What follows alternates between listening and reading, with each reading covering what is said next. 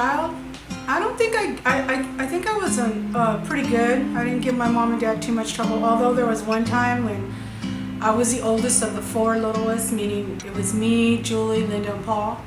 And money was always tight back then, but my mom used to save Pepsi bottles.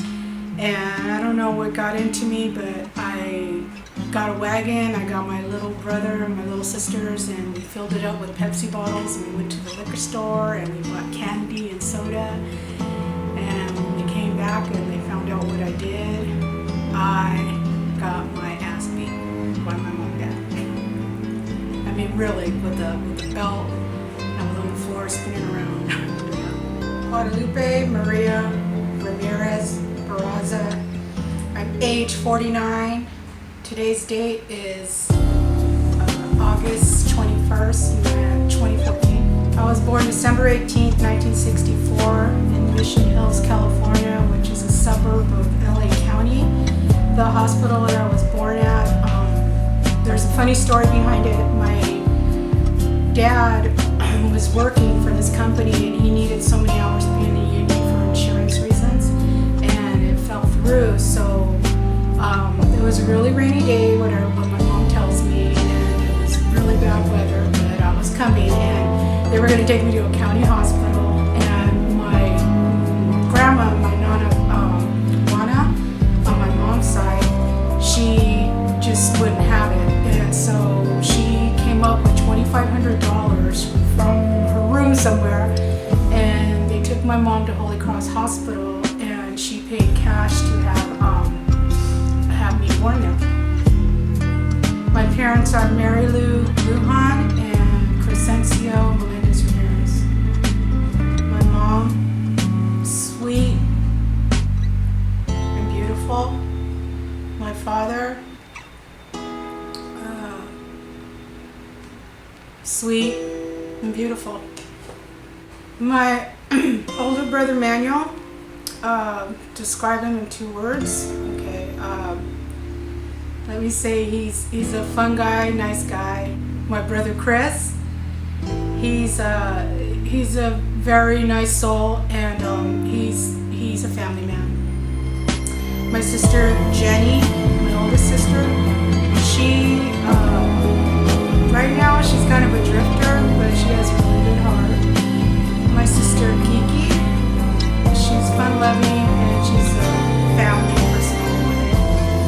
I have another sister, step-sister, I guess, that my mom and dad didn't take care of her yet. She's a little bit isolated with her family and stuff, but we're getting back to her and stuff. But she's a really nice person. Irene is a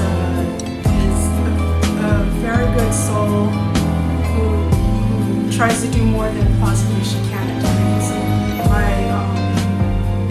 Myself, I'm probably like fun-loving, and I try not to let things get to me so much. My sister Julie seems serious, but she's a very caring person. My sister Linda, she's the youngest of the girls. She's fun-loving. She's a family person. My brother Paul, I don't see him too much, but what I remember of him is he's just a nice overall guy that just tries to get along with everyone. My childhood was a good childhood. It was hard. It was hard. There's there was a lot of hard times, but what I remember most, it was good because we were always together no matter what. We were always together. Brothers and sisters, mom and dad, all of us. My mom and dad having us all sit down in the living room, and there was TV going on, and it would have to do with the Vietnam War. And we were all sitting around just watching it. Because we were in this ranch-style house that had like a totem pole in the middle, and we were always together. My family was always together. That's the way it was. There was a whole bunch of us sitting down in the living room, and my mom and dad were very political back then, and they were always into protesting something or talking about something like that. There's two houses that I grew up in. One was in Canoga and it was a ranch style house, and I think it only had 3 bedrooms. And one of the rooms was a chicken coop that was converted into the girls' room. But it was a big room. It was probably like about, it had to be probably like about 600 square feet. It was huge. And that was in my early childhood, and that was a fun house. The second house that I remember growing up is the one in Reseda on Cohasset Street, and that one had 3 bedrooms, and it had a pool and a barbecue outside. And I think my older brothers and sisters, most of them were moved out by then, but a lot of them came back, and then people were moving in and out, sleeping in the living room. And but I had a room. I slept in each one of the rooms at one time or another. How many bathrooms did it have? One.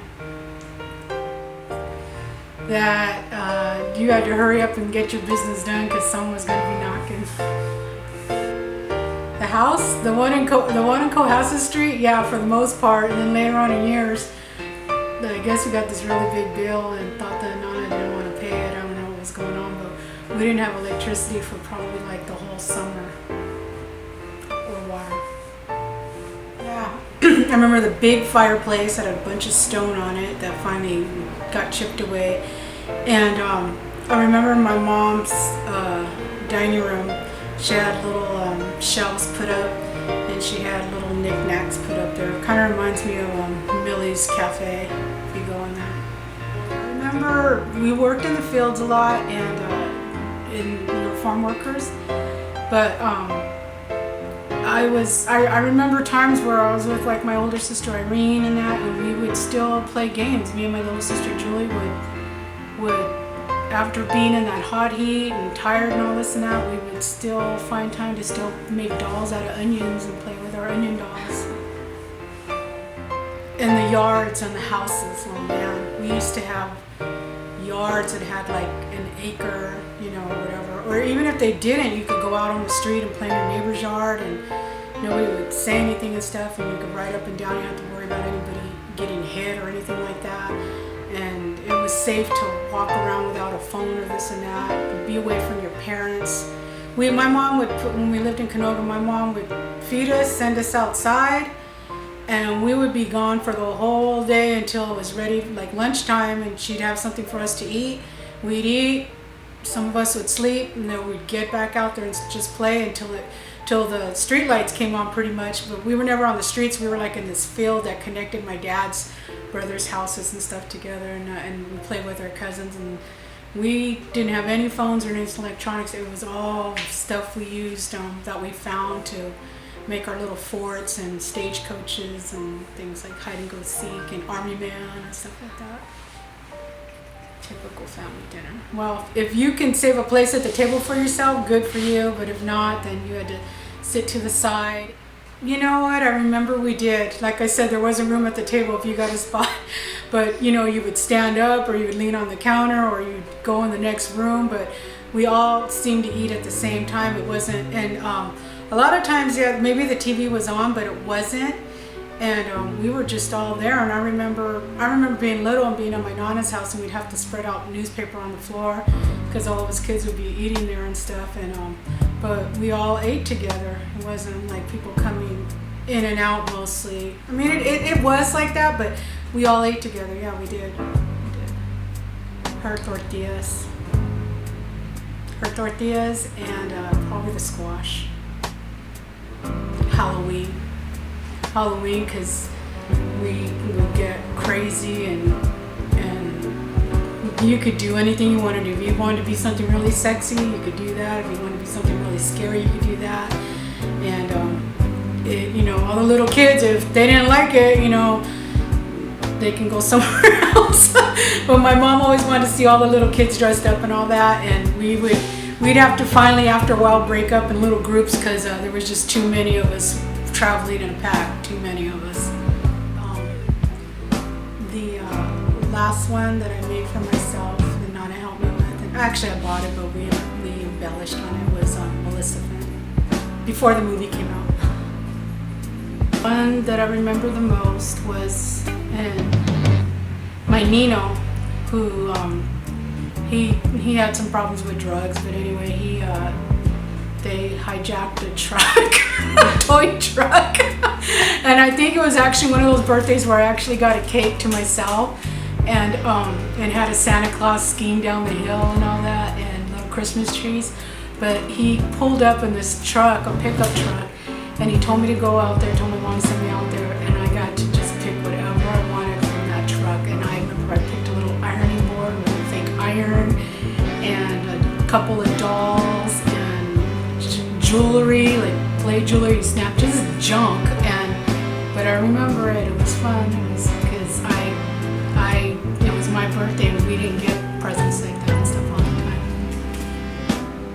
time. So I like my little ironing board and fake iron. The first live birth I gave birth to was my daughter Diana, and that was when I was 18, and she didn't survive. She lived for 5 days. I have 3 living children. My oldest is Valerie, and she is 27. How I could describe her is beautiful and very stern. And I have a son, Michael, and he's a hard worker, also very stern. And then my Rosebud, that's my baby, and I see her as very beautiful and very intelligent. Diana, that was me, her dad, the guy I was with at the time. He liked that name, and I think it had to do a lot with Princess Diana, so that's how we got her name, Diana. Valerie, she has a different dad, and I wanted her name actually to be Violet, really, because I just wanted her name to be Violet, but Valerie came out and it fits her.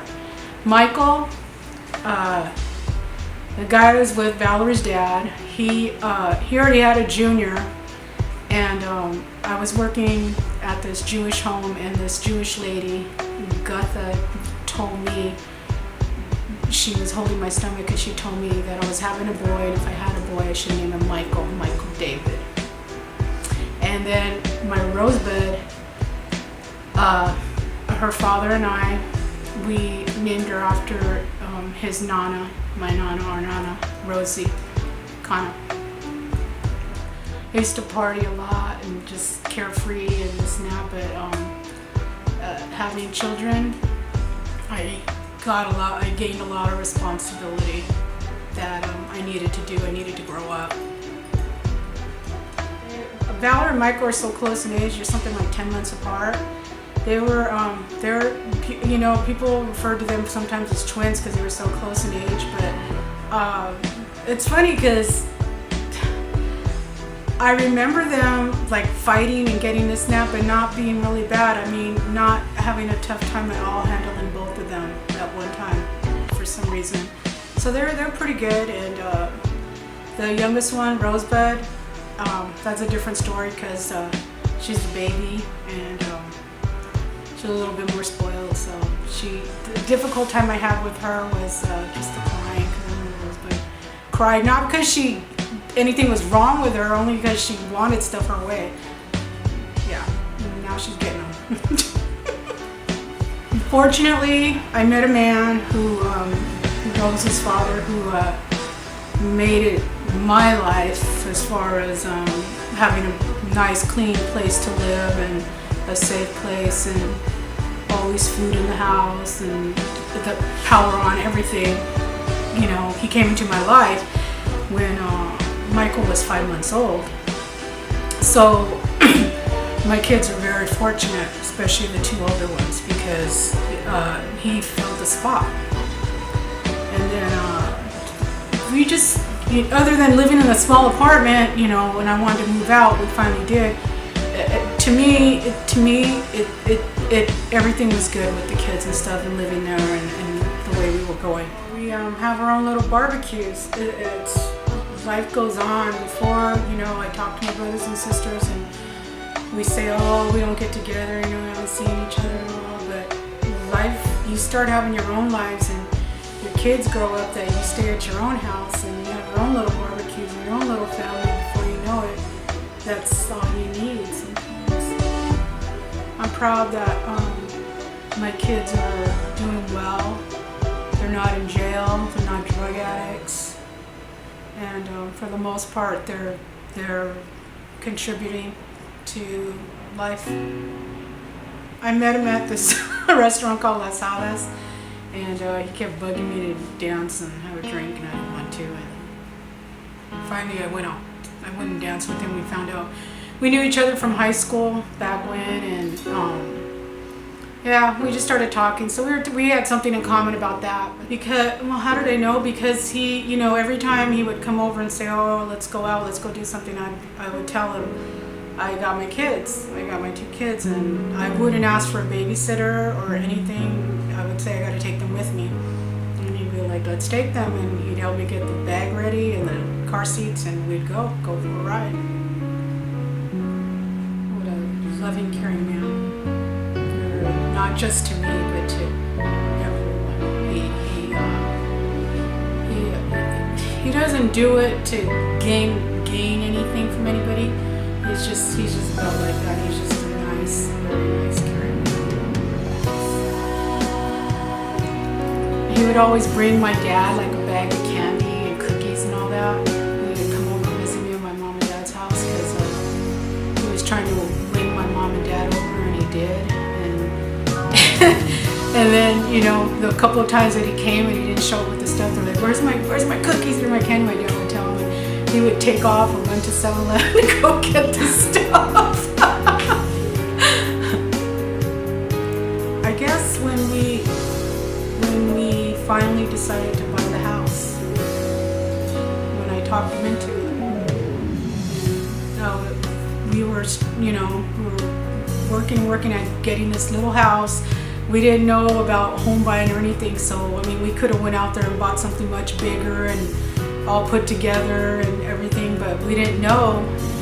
We got this fixer-upper, which is still a fixer-upper, but it's our house, and I couldn't see us selling it because we made a lot of memories in this house with not only our own family, with family and friends. We got married at the Van Nuys Courthouse. I got married September 13th. It was a Friday the 13th. 2013. My granddaughter being next to me and stuff, and I guess she was my bridesmaid or something.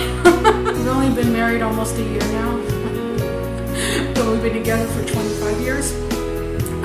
During that time, I would say both of us, we still work on it, but listening to each other. Well, my mom and dad, both of them, what they would think is most valuable is to never forget who you are as far as your ethnicity, to pass that down to your children. So I get that from my dad about my heritage, about being Mexican, Native American, Yaqui Indian, and American first of all. And then my mom, she didn't really know too much, but she's learning more now, so knowing that part and knowing who you are, because if my great-grandchildren listen to say her, they say, that was my grandma, but once they hear, oh, we're Yaqui Indian, in case my kids forget to tell them. Just, if something's not going right in your life, you're the only one that's going to be able to work on that. Don't depend on anybody else to fix it for you. The other thing is, when you have grandchildren, just remember that your grandchildren, they have their parents unless their parents aren't there, and those are not your babies per se, but to always let the parents handle their own children and try not to meddle too much. And as far as my life with my husband is try to make time for each other. make time for each other and look each other in the eye and give them a kiss. For your great-great-grandchildren listening to this years from now, is there any wisdom you'd want to pass on to them?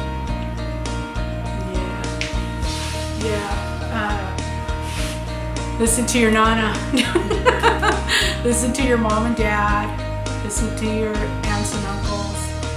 And I love you. I'd like to be remembered. I'd like to be remembered like if you hear a certain song, say like I don't care what kind of it, because I listen to all kinds of different music, but just say like a rock song. Say like if it's something like, I don't know, Queen, Bohemian Rhapsody, a song like that. You heard it, you would just think of me for a second, you know. I would like to add that I have grandchildren that make me very proud. I forgot to say that, and I didn't mean to, but they do. No, not just because they're my grandchildren, just because they're good little kids. And my dog Elizabeth for doing this.